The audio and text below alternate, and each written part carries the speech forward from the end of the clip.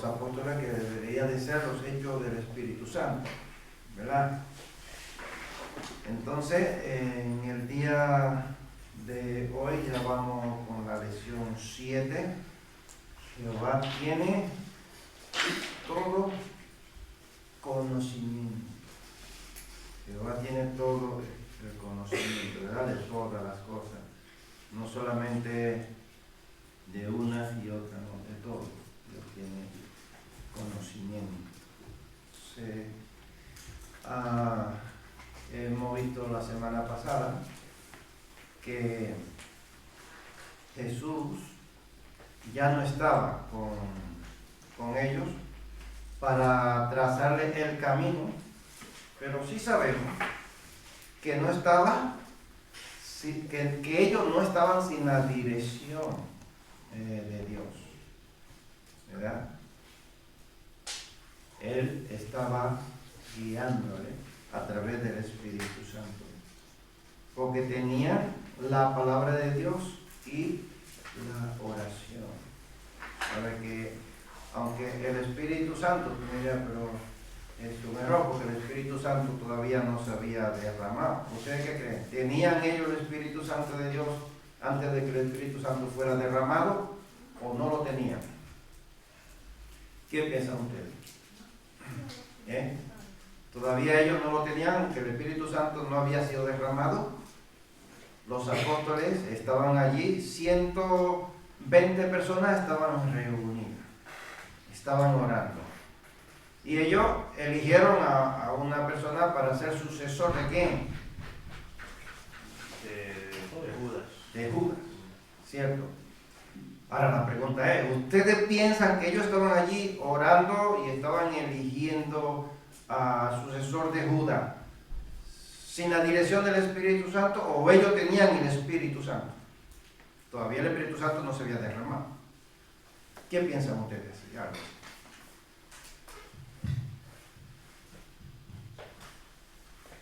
No, mientras estaba Jesús con ellos, ya Jesús se había ido. Ya Jesús se había ido, pero no tenían todavía el Espíritu Santo.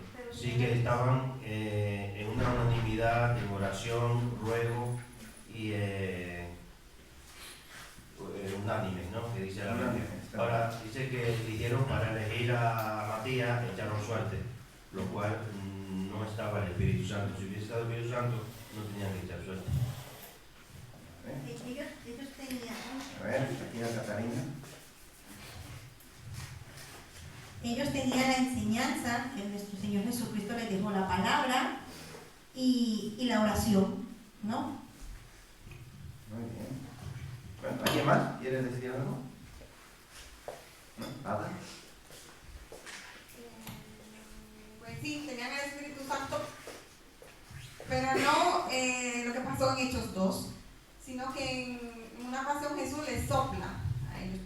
Le sopla el Espíritu Santo, no sé si Juan, ya lo veremos más adelante. Y además, antes de Pentecostés, el Espíritu Santo estaba. En Génesis, el Espíritu Santo estaba, en Sansón estaba. O sea, no como nosotros lo tenemos dentro. Entonces, de aquella manera que el Espíritu Santo estaba en esos tiempos, que era otra manera, que no es como ahora, estaba. O sea, no estaba como derramado como dentro de nuestros corazones, pero Jesús les sopla, que creo que yo de ahí que muchas personas soplan de ese verso, pero Jesús sí podía soplarles.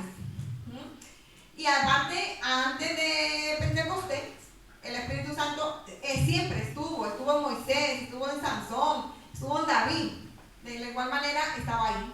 O sea, yo no sé si la pregunta yo la entendí mal. Jesús se le había soplado el Espíritu a ellos. Le había soplado, luego lo vamos a ver. La semana pasada también vimos que ellos estaban en oración unánime en Jerusalén, en concreto en el aposento alto. Y ya no eran 70 personas, ¿se acuerdan que Jesús le mandó a 70 personas? Lo mandó como de 2 en 2, lo envió. En Lucas capítulo 10.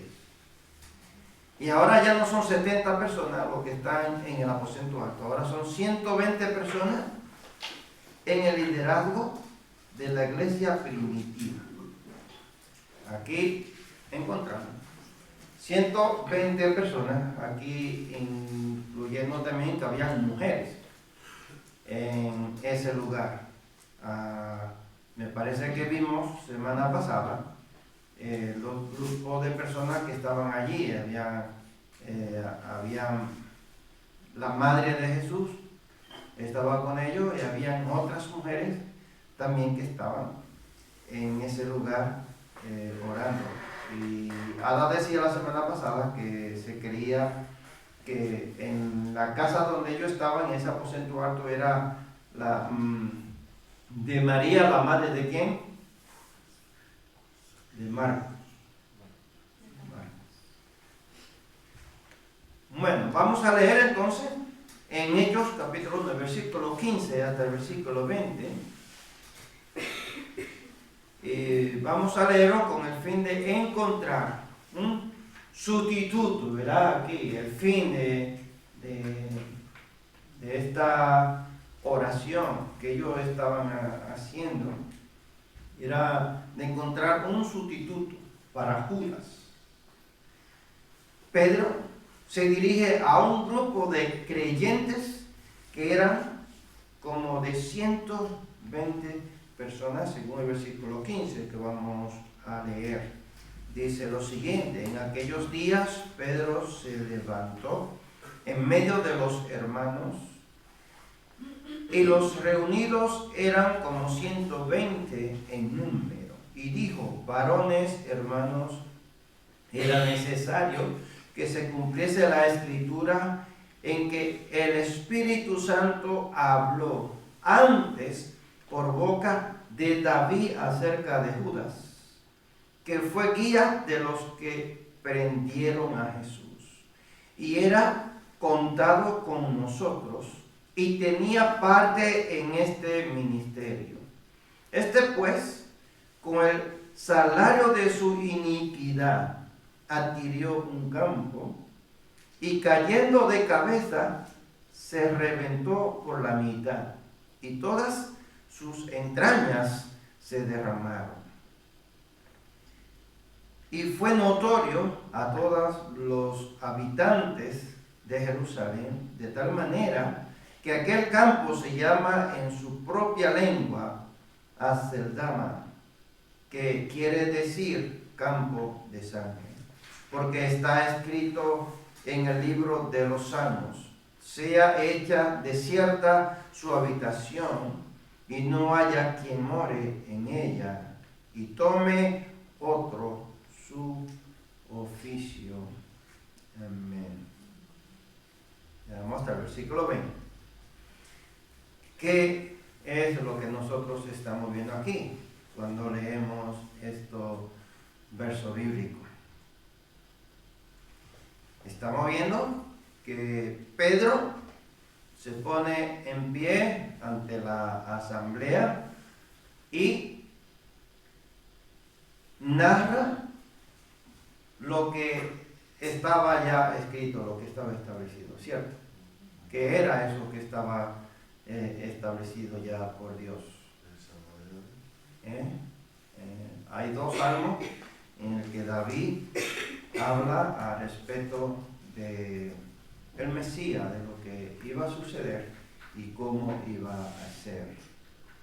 Pedro considera la traición de Judas como un cumplimiento de la Escritura. Eso es lo primero que Pedro está considerando aquí, en el versículo 16. No obstante, eso no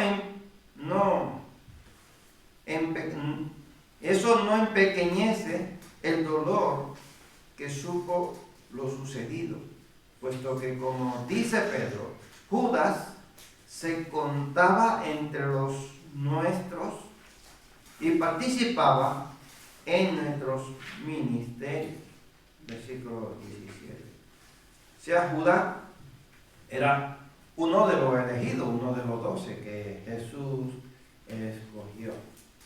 Y no sé si quizás te llegue a la mente muchas cosas acerca de Judas. ¿Por qué Jesús lo habrá escogido? ¿Por qué estaba ahí? ¿Por qué traicionó al Mesías? ¿Por qué esto? No sé si te llegan muchas preguntas a la mente acerca de lo sucedido con Judas. Pero lo cierto es que Jesús sí sabía lo que iba a suceder. Jesús sí sabía que Judas, no uno de ellos, no, literalmente Judas, ¿no? Porque él luego le apunta directamente. Ya sabía que era él. Jesús omnisciente, sabía todas las cosas. Y esto muchas veces la gente se hace mucho la interrogante. ¿Y por qué? Si él es Dios y si él lo sabía, ¿por qué él lo eligió? La respuesta está ahí. Pedro, cuando nosotros leemos ese texto bíblico, él está diciendo que un cumplimiento de las Escrituras, ¿o no? Un cumplimiento de las Escrituras. O sea, Dios en su omnisciencia, Dios lo planeó así. Y luego vamos a ver más adelante. Entonces, hacemos énfasis en el versículo 16. Lo que Pedro quiere destacar es que la traición de Judas no fue una sorpresa para Dios. Él lo sabía y lo permite. Salmo 69, versículo 25 y Salmo 109, versículo 8.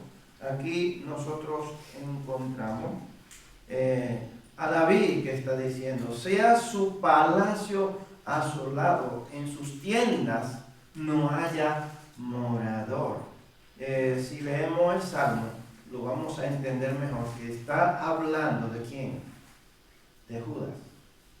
Está hablando de Judas. Tendremos que leer todo el Salmo, por lo menos unos cuantos versos, y si lo leen, hemos oído solo este verso porque es el texto que Pedro utiliza. Él no está utilizando el Salmo entero, sino este texto. Y en el Salmo 109, versículo 8, aquí dice: sea sus días pocos, tome otro su oficio. Ellos tenían la Escritura ahí. Ellos conocían la Escritura. Por eso Pedro está narrando lo sucedido. Y debemos reconocer que aunque Judas fue elegido para ser uno de los 12, en Juan capítulo 6, versículo 64, toda la evidencia en la Escritura señala que él nunca creyó que Jesús era Dios.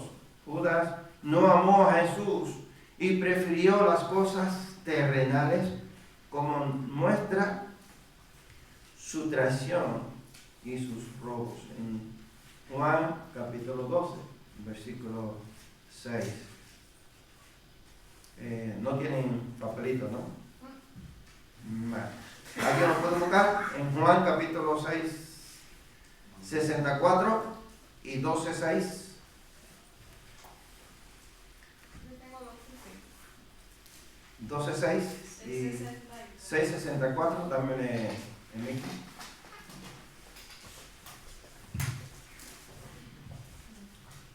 el que dice que él robaba, pero dijo esto, no porque se cuidara de los pobres, sino porque era ladrón, y teniendo la bolsa, sustraía de lo que se echaba en ella.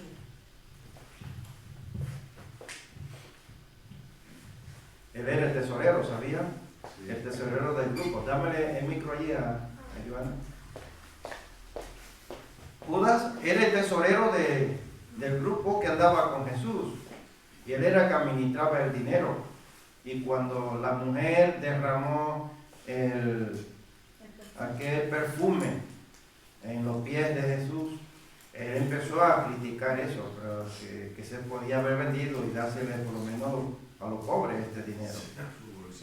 Jesús conocía lo que había en su corazón, no estaba murmurando en realidad, sino porque quería dinero.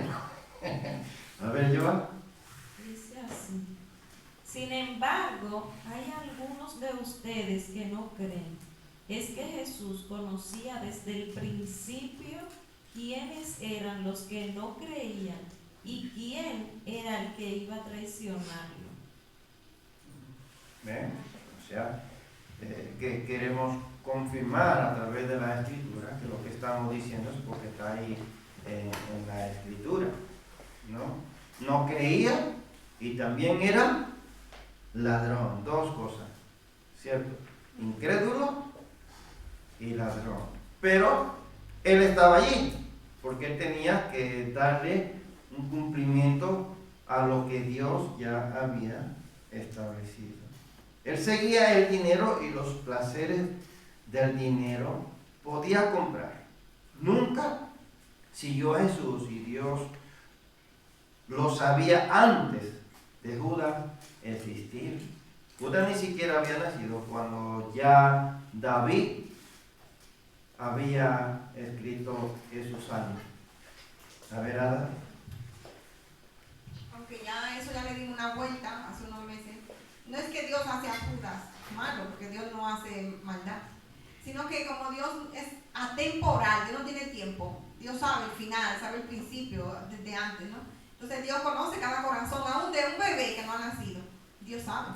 Entonces Dios sabía que en ese tiempo iba a venir una persona que iba a traicionar a Jesús. Es como cuando en la Biblia encontramos que va a haber guerra y pestilencia. Dios no crea la pestilencia. Él sabe que nosotros nos manejamos mal, que nos cuidamos este planeta y que, bueno, la consecuencia va a ser que cambia el clima y todo eso. Dios no hace la guerra, pero se la permite.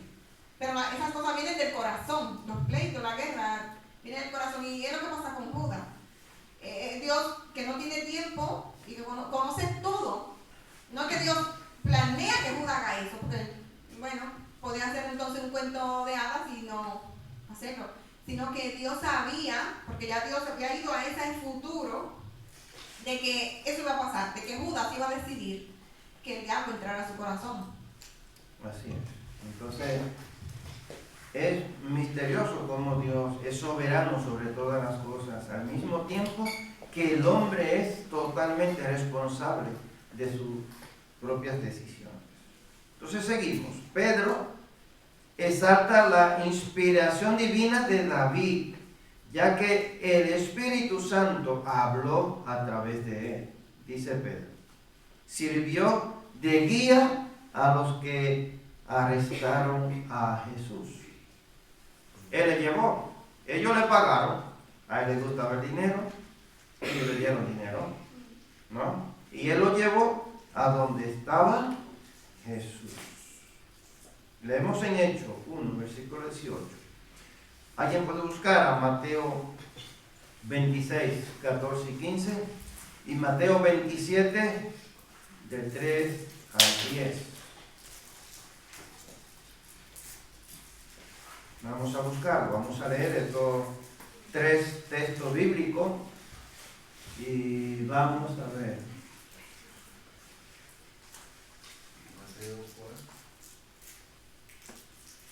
Mateo 26, 14 al 15 y Mateo 27, 3 al 10.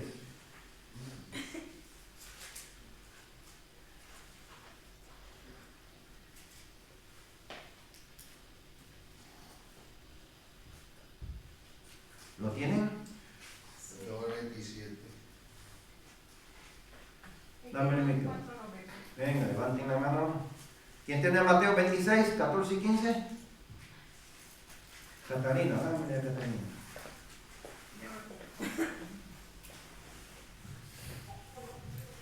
Dice la palabra del Señor. Entonces uno de los 12, que se llamaba Judas Iscariote, fue a los principales sacerdotes y les dijo: ¿qué me queréis dar? Y yo os lo entregaré. Y ellos le asignaron 30 piezas de plata. Hasta 16. hasta 15. Hasta ahí entonces. 26, 14 y 15. Eso. Ujú. Y 27, 3 a 10, ¿lo tiene Alberto? Sí. O yo. Del 3 al 10, ¿no? Dice, entonces Judas, el que le había entregado, viendo que era condenado, devolvió arrepentido las 30 piezas de plata a los principales sacerdotes y a los ancianos, diciendo, yo he pecado entregando sangre inocente. Mas ellos dijeron, ¿qué nos importa a nosotros? Allá tú. Y arrojando las piezas de plata en el templo, salió y fue y se ahorcó. Los principales sacerdotes, tomando las piezas de plata, dijeron, no es lícito echarlas en el tesoro de las ofrendas, porque es precio de sangre. Y después de consultar, compraron con ellas el campo del alfarero para la sepultura de los extranjeros. Por lo cual aquel campo se llama hasta el día de hoy campo de sangre. Así se cumplió lo dicho por el profeta Jeremías, cuando dijo, y tomarán las 30 piezas de plata, precio del apreciado, según precio puesto por los hijos de Israel, y las dieron para el campo del alfarero, como me ordenó el Señor. ¿Han entendido la lectura? Sí, pero tengo una duda, ¿no? Tengo una duda, vamos a ver. Aquí dice que se ahorcó, y ahí lo han hecho de que se tiró y se ¿Han entendido la lectura? y se Sí. reventó por... Se quedaron con ella. Vamos a leer el versículo 18 de Hechos, capítulo 1. Dice, este pues, con el salario de su iniquidad, adquirió un campo y cayendo de cabeza, se reventó por la mitad y todas sus entrañas se derramaron. Quiere decir que Judas, antes de quitarse la vida, compró un campo. Alberto ha leído que ¿quiénes? Los ancianos compraron un campo. Entonces, ¿quién se contradice de los dos aquí? ¿Se contradice Lucas y Mateo? ¿Ustedes qué piensan? Ahí cuando Mateo ya... A ver, micro, pues. ¿Se contradicen o qué? ¿Qué piensan ustedes? Lucas dice una cosa. Lucas es el escritor de Hechos. Y Mateo está diciendo otra cosa. ¿Qué pasó aquí? ¿Quién dice la verdad? No pienso que se contradicen, ¿no? Más que con las 30 piezas de plata se compró ese campo, dice, ¿no? O sea, como con el dinero que había adquirido el traidor, Judas, con ese dinero, que había sido dinero suyo, compraron también los ancianos y los escribas, ¿no? El campo para sepultar a los extranjeros. Entonces, es el mismo dinero, ¿no? Podemos decir. Supongo que se compró el terreno. Nada. Sí. Y cuando leemos la Biblia, tenemos que ver la audiencia. Lucas le escribe a Teófilo, que no era judío. Era gentil. ¿Qué mal le da a Teófilo donde enterraban a los extranjeros? Él le va al grano, o sea, que luego tú lo vas a explicar además, o sea, se suicidó. Y narra ese detalle feo, ¿no? Mientras que cuando Mateo lo narra, que le está escribiendo a judíos, Mateo da otro detalle que pasó ahí como con los sacerdotes, lo que pasó con Judas, pero cuando leemos la Biblia tenemos que ver a quién se le escribió. O sea, si yo le voy a escribir a un niño, es como las clases bíblicas. Nosotros en la clase bíblica descafeinamos un poco el mensaje. No le damos un estudio bíblico a los niños. Pero si tú vas a hablar con un cristiano maduro, tú le hablas, pum, pum, pum, ¿no? Entonces, Lucas le escribe a Teófilo y le está diciendo un detalle tajante. Mientras que Mateo, que le escribe a los judíos, pues le da unos detallitos ahí que ahora tú vas a explicar, ¿no? Exactamente. Bueno, sucede que saben que los judíos no querían saber de los gentiles. ¿Cierto? De tal manera que un gentil no podía ser enterrado en donde enterraban los judíos. Era inmundo, eso era como ellos comer cerdo. No podía. Entonces, los gentiles tenían que ser enterrados en el terreno gentil, ¿no? La importancia, ¿no?, aquí de Lucas no le da mucho énfasis, porque a quien él está escribiendo es gentil y conoce la costumbre. Hay aquí un cuadro, vamos a verlo. Aquí encontramos lo que dice Mateo, lo que dice Hechos. Mateo dice: los principales sacerdotes compran el terreno. Hechos dice: Judas lo compró. Segundo, dice Mateo: Judas se colgó. Dice Lucas: se cayó de cabeza.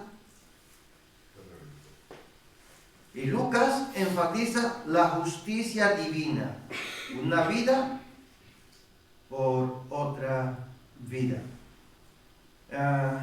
No quiero profundizar mucho, no me quiero ir allí, pero ¿sí se entiende una vida por otra vida?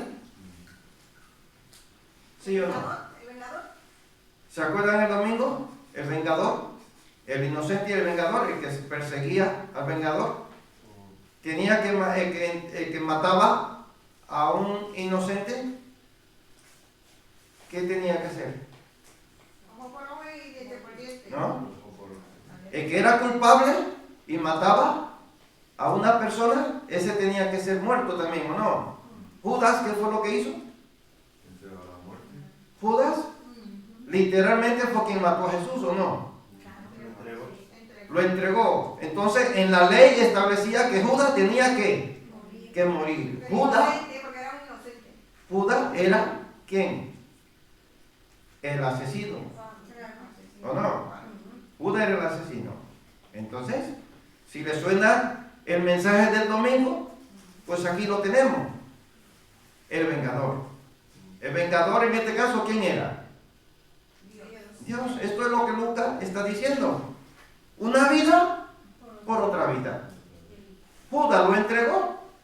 La justicia divina se vengó de su hijo. ¿Quién era el vengador? El Hijo de Dios, ¿no?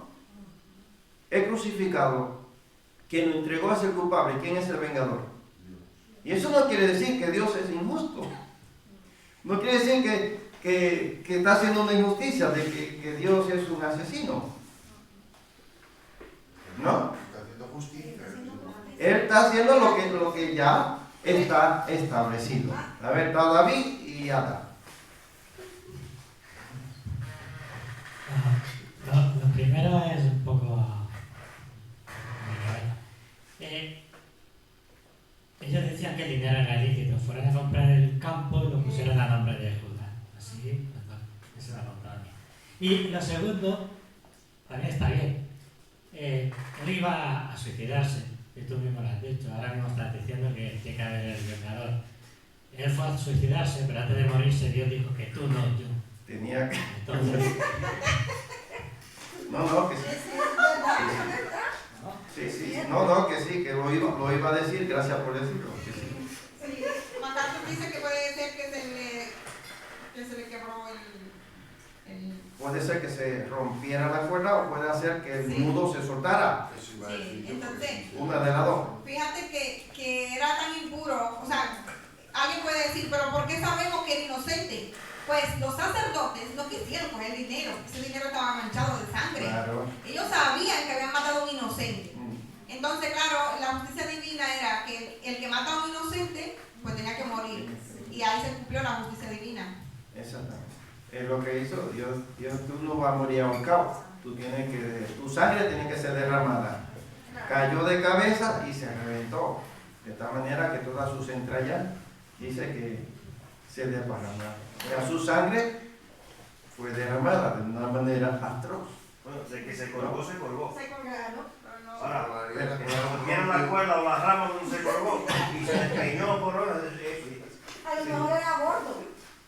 dice aquí. El mismo peso, claro, como tenía el dinero era el que más comía. ¿Puedo formar algo? Sí, lo han entendido, ¿no? Sí, perfectamente. Ya, claro. Yo creo que no hay que explicarlo mucho porque ya el domingo estuvimos explicando lo que era el vengador. Entonces la interpretación, primero, al final fue adquirido por los sacerdotes como campo de sangre, según Mateo, ¿no? Según Mateo, quienes lo compraron fueron ellos. No fue ellos. A ver, yo creo que Judas murió allí, como Judas murió en ese lugar, ellos compraron ese lugar y allí hicieron un cementerio para los gentiles. Para los gentiles. Entonces, número 2, al parecer el árbol se rompió o el nudo, uno de los dos, o el árbol o el nudo se rompió. Una pregunta, ¿por qué son importantes estos detalles? ¿Por qué ustedes creen que tenemos estos detalles aquí en la escritura? ¿Por qué son importantes? Yo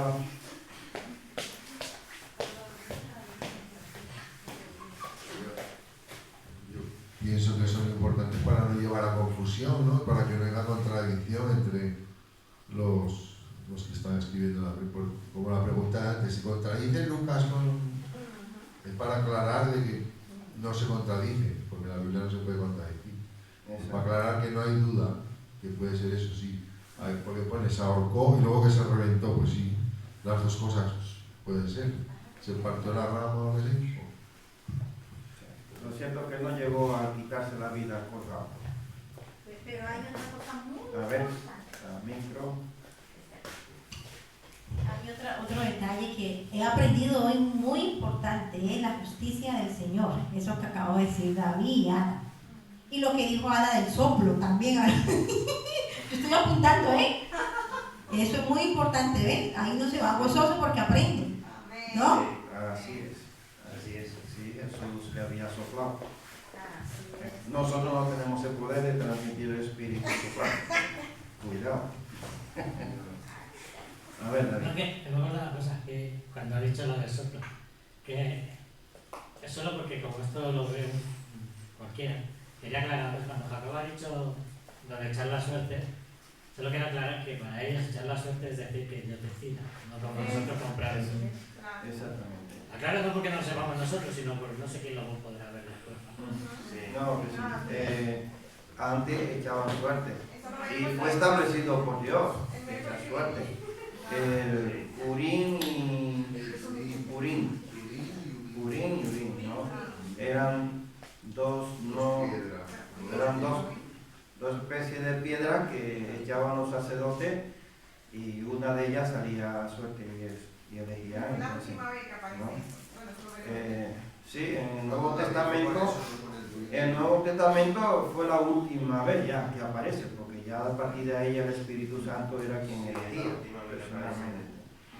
En cuanto a Judas, no debemos confundir lo que Dios sabe con lo que Dios hace. Son dos cosas muy diferentes. Ojo, lo que Dios sabe con lo que Dios hace. El plan de Dios es salvar al mundo caído. Eso es lo que está haciendo aquí. Eso es lo que Dios está haciendo aquí. Dios tiene conocimiento absoluto y anticipado de todas las cosas que suceden, incluyendo las decisiones morales de todos los hombres y mujeres. Isaías 47, 7 y 8. Y es decir, Dios no necesita ser enseñado, Él sabe todo, toda la cosa. El conocimiento sobre todo de Dios es infalible, no sujeto al error. Dios no tiene error, por eso la Biblia es infalible, porque Dios es infalible. Si alguien quiere buscar Isaías 47, versículos 7 y 8 para leerlo. 46:10. 46:10.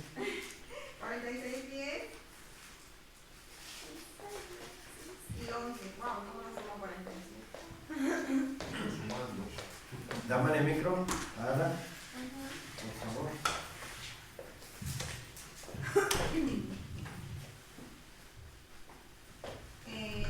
Esto que me veis, acordaos de las cosas pasadas, desde los tiempos antiguos, porque yo soy Dios, y no hay otro Dios, y nada hay semejante a mí, que anuncio lo por venir, no que lo hace, o sea, Dios no hizo la maldad de Judas, que anuncio lo por venir desde el principio, y desde la antigüedad, lo que aún no era hecho, que digo, mi consejo permanecerá, y haré todo lo que quiero.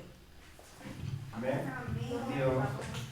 Dios es que conoce toda la cosa. Amén. ¿Se quedan con eso? Una cosa es el conocimiento de Dios, otra cosa es lo que Dios hace. ¿Cierto? Él hace con conocimiento, ¿no? Todas las cosas. Algunas dudas porque voy a cambiar ya de tema. Me voy a pasar de Judas al sucesor de Judas. Esto es un preámbulo para que pudiéramos ver la importancia de Pedro convencer, o no sé si sería la frase de convencer o él le dice que era necesario elegir a un sucesor, al sucesor de Judas. ¿Algo, David? Sí, en cuanto a Judas, que aunque Dios y estuviera escrito en la palabra que él iba a traicionarlo, que al final fueron sus decisiones lo que él hizo que traicionara a Dios, no que Dios, para aclarar que no Dios lo puso ahí, y como iba a pasar, aquí no, eso no va a cambiar, porque entonces viviríamos en plan casilla porque va a pasar lo que tenga que pasar, ¿no? Sino que él estuvo ahí, le dio la oportunidad, estuvo andando con Jesús, tuvo la oportunidad de amarlo, de seguirlo, y fueron sus decisiones las que le llevaron a traicionar, ¿no? Bueno, fueron decisiones suyas, pero también...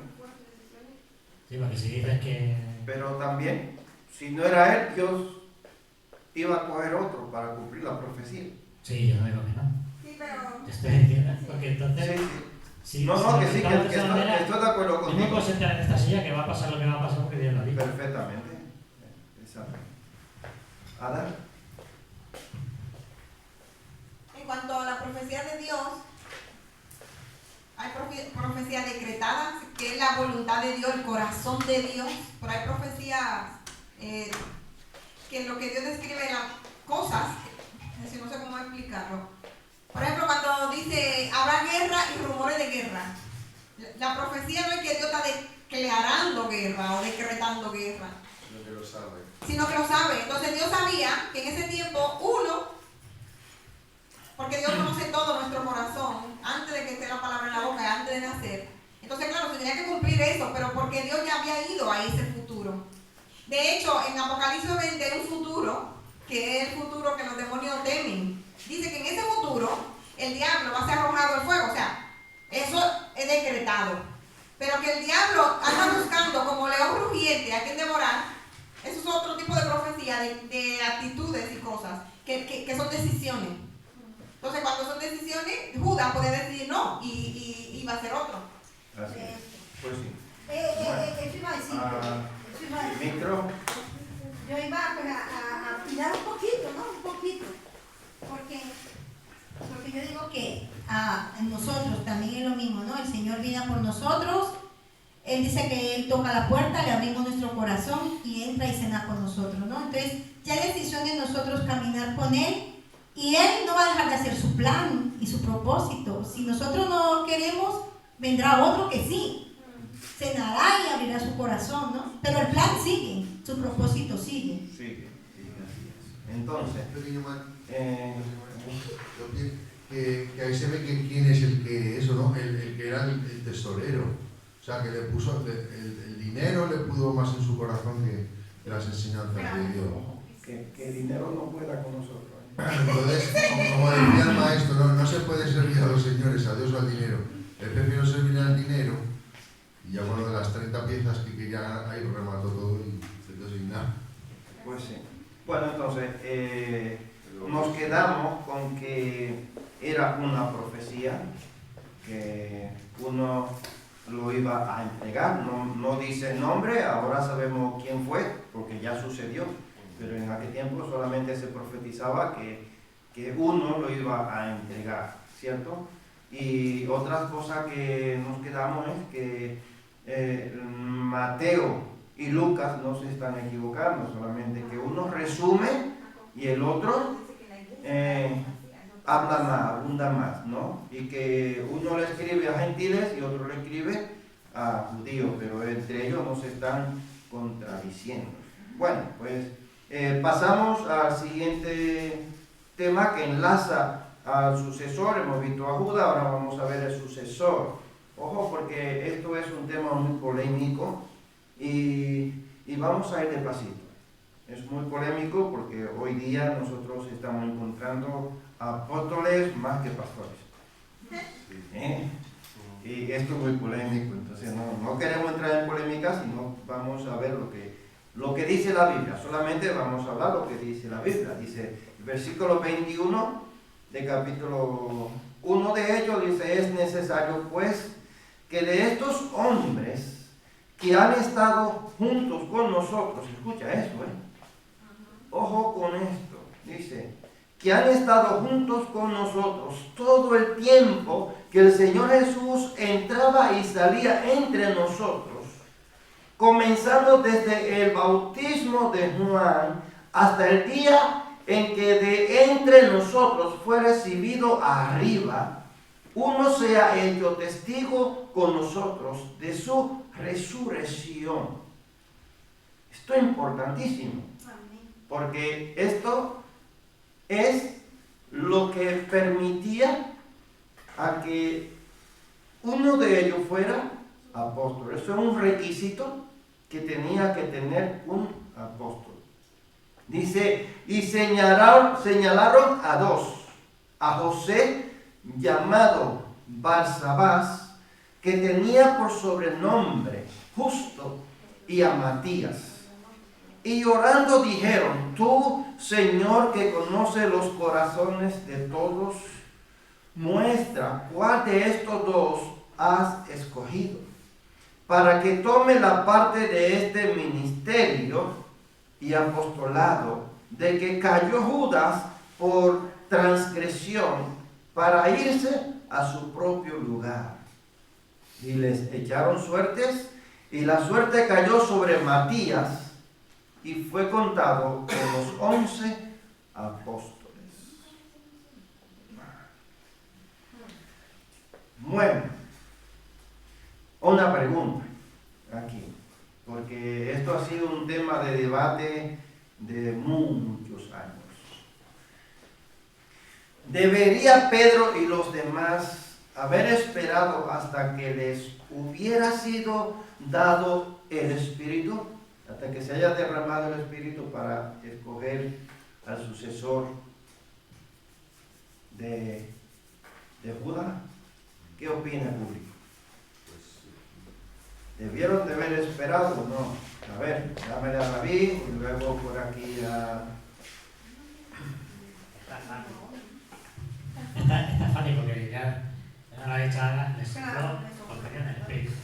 Así que, vale, no tenía que esperar, ya estaba ahí. Pero aparte de eso, ellos también estaban guiados por Dios. Yo creo, aunque no lo hubiese soplado y estuvieran dentro, estarían con ellos. Era el que los guiaba y no tenía que esperar nada. Iba a decir lo mismo, ¿Eh? lo mismo.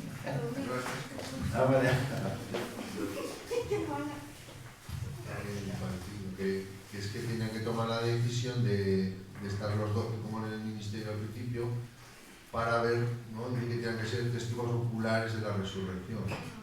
Entonces, si no lo habrían determinado el que estuviese antes y Jesús se va a los cielos, por así decirlo, no habrían sido los 12.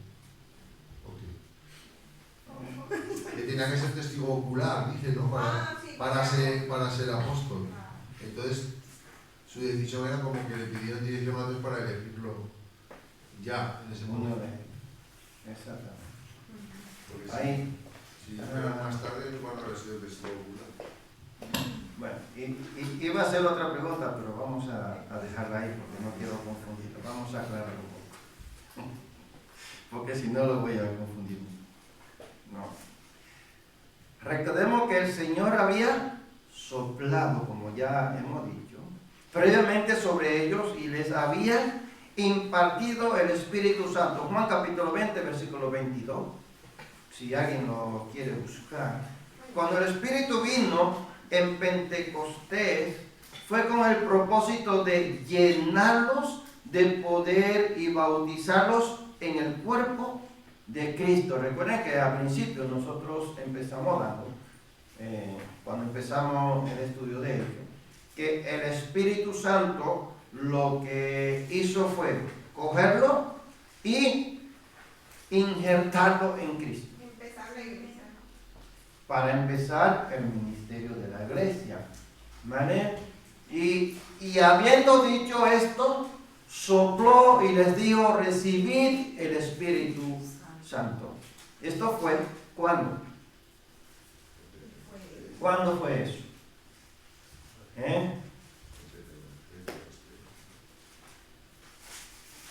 ¿Cuándo fue eso? ¿Cuándo Pentecostés? No, Jesús no estaba en Pentecostés. Estaban solos los discípulos. Jesús no estaba ahí.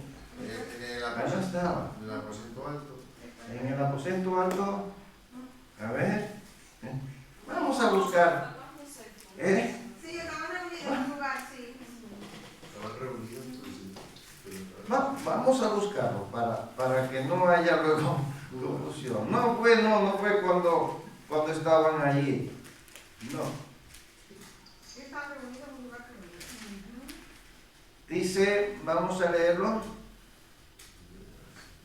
Cuando llegó la noche de aquel mismo día, el primero de la semana, estando las puertas cerradas en el lugar donde los discípulos estaban reunidos por miedo de los judíos, vino Jesús y puesto en medio les dijo: paz a vosotros.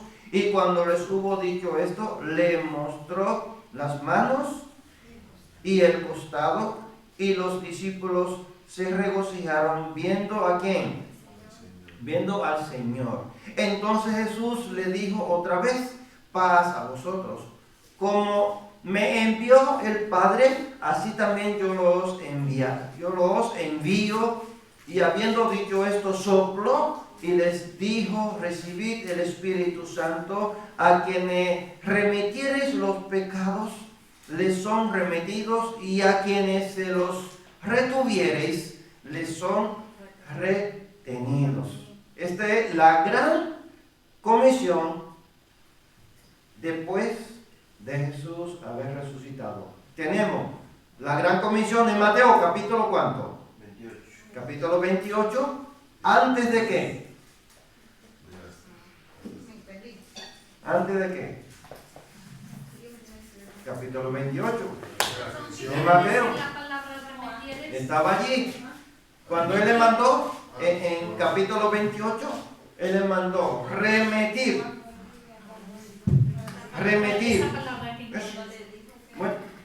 Buena pregunta. Buena pregunta. Dice a quienes les remitieres los pecados. Cuando tú le envías una carta a Joa por correo, ella vive en Argueda, tú le envías de Tudela una carta a Argueda a Joa. ¿Quién es el remitente? Tú eres el remitente, ¿verdad que sí? Entonces, tú eres el remitente, ¿vale? Claro, tú eres el remitente. Tú eres el que envía. Quiere decir, tú eres el que le remitiere los pecados. Tú le predicas a Joa. ¿Terminó? Esta es la gran comisión. Tú le predicas a Joa y Joa se convence de que ella es pecadora y entonces acepta a Jesús. ¿Cierto? Ahora, si tú eres amiga de Joa y tú nunca le hablas del Evangelio y tú no le dices que Cristo le ama, que tú eres cristiana, ella ni siquiera se entera de que tú eres cristiana, tú le estás ¿qué? reteniéndole, ¿qué? Y a quienes se los retuvieres, les serán retenidos. O sea, si tú nunca le predicas a una persona, tú le estás reteniéndole de que esa persona reconozca a Cristo y que sea salva. Entonces, tú le remites los pecados, tú le predicas y Dios es quien perdona. Pero si tú nunca le hablas, le estás reteniendo la salvación. Por eso Él le dijo, vayan a predicar el Evangelio. Esta es la gran comisión de Juan. Vale, continuamos. En nuestra mano está, ¿no? Continuamos. Nosotros somos cristianos, está en nuestra mano de que la persona se salve. Es una responsabilidad, porque nosotros le retenemos el Evangelio a las personas. Entonces, ¿dónde íbamos? En el capítulo 22. Ellos están allí. Jesús le está dándole una comisión para que ellos vayan. Sopló en ellos. Ellos ya tenían el Espíritu Santo. Encerrado con miedo. Y Él lo sopló. Y le dijo, salgan a predicar. Mira lo que le dice, a quienes les retengan el pecado, les serán retenidos, a quienes serán perdonados los pecados, les van a ser perdonados. En pocas palabras. Entonces, cuando el Espíritu vino en Pentecostés, fue con el propósito de eso, ¿de qué? De que ellos recibieran el poder del bautismo del Espíritu Santo y fueran metidos en Cristo Jesús. Se me ha ido. A ver, ¿dónde estoy?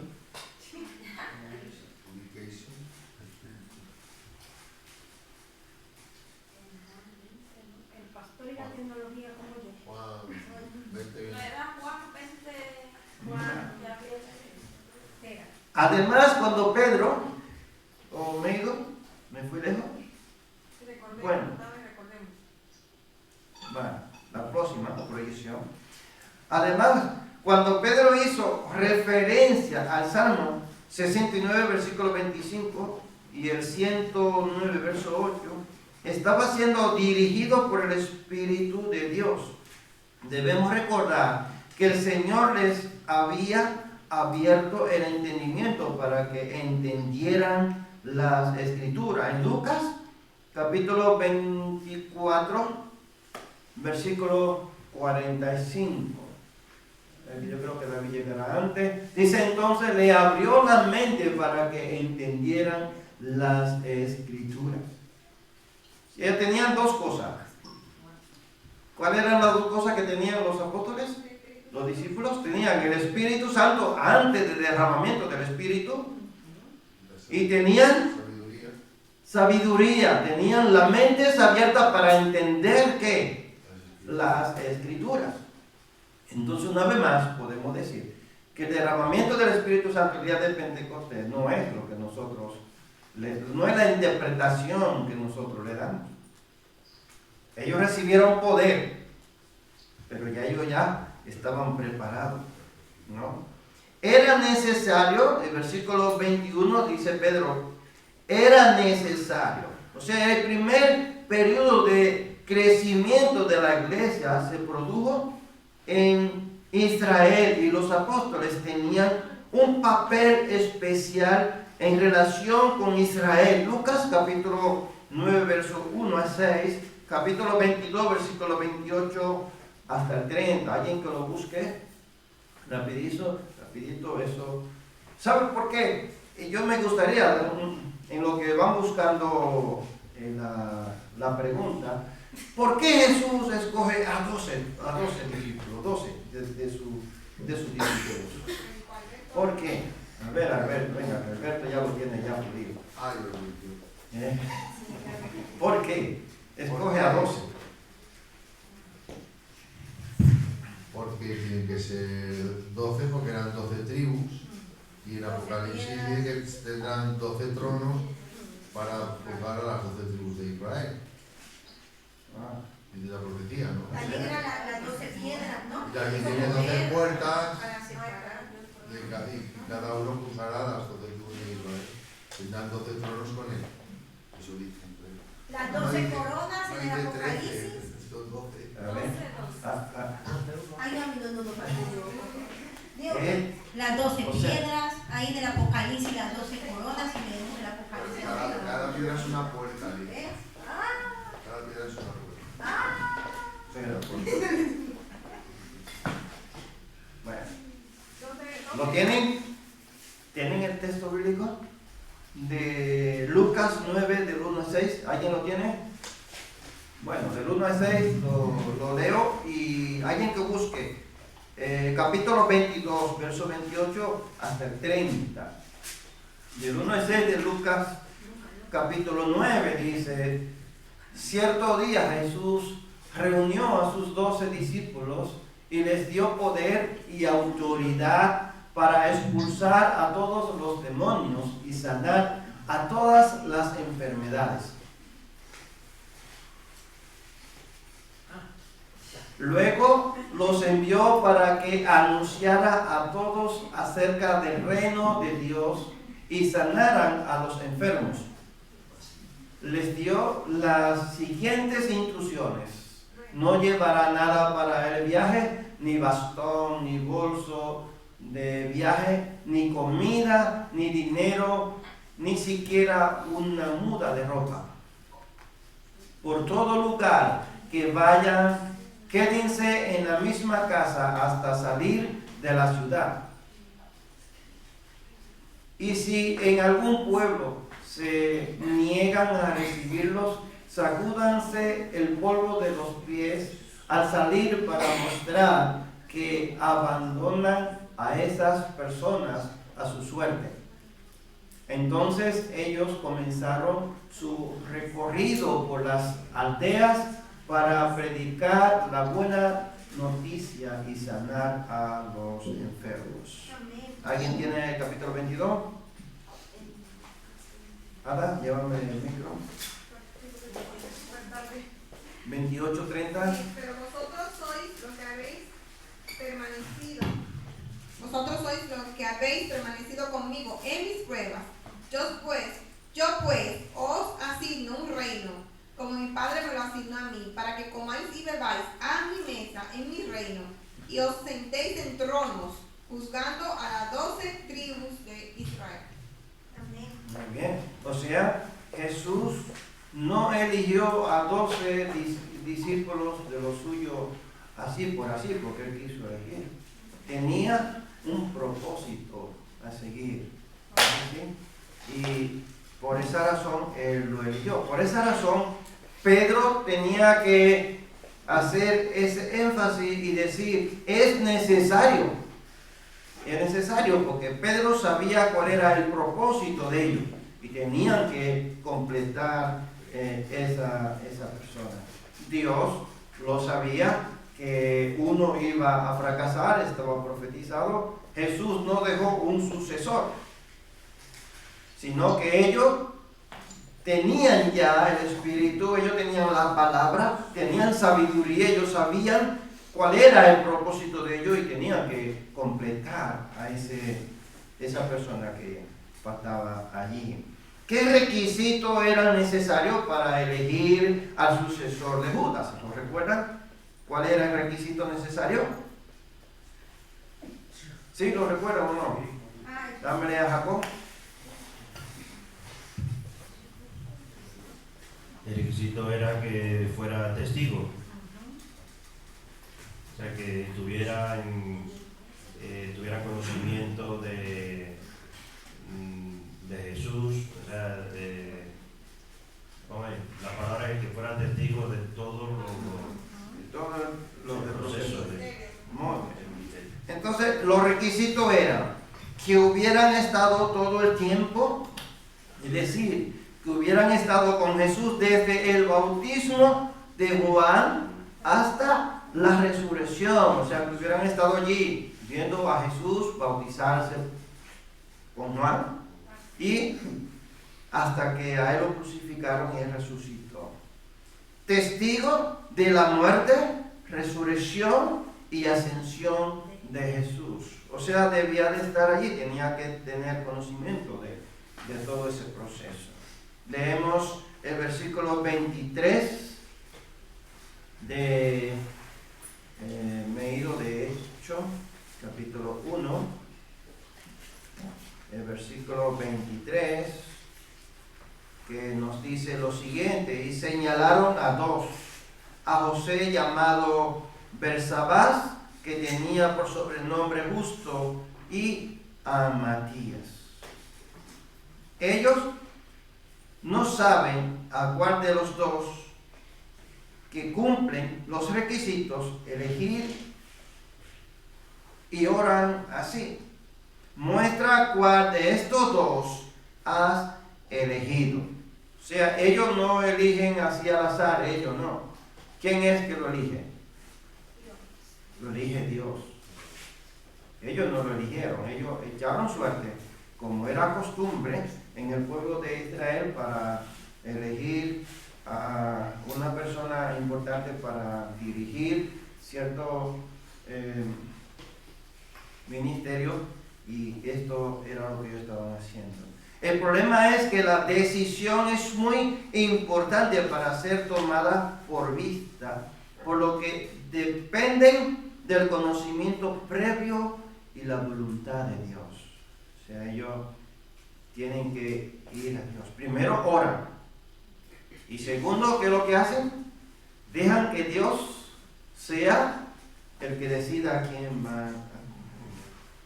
Dice, tú, Señor, la oración que Pedro hace, tú, Señor, o todos los que estaban allí reunidos, que conoce los corazones de todos, muestra cuál de estos dos has elegido. Ellos decían que la elección se base en el conocimiento previo de Dios, su voluntad y la oración, no en sus perspectivas humanas. Me fui.